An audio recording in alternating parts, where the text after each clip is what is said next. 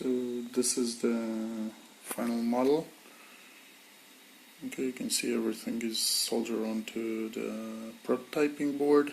I have it connected to a 5 volts power supply, and well, the same orange wire from the last time simulates the baby. If I disconnect the power, the LED turns on. Well, that's pretty much it. On the other side you can see the soldering. I'm not very good at this, but that's pretty much it.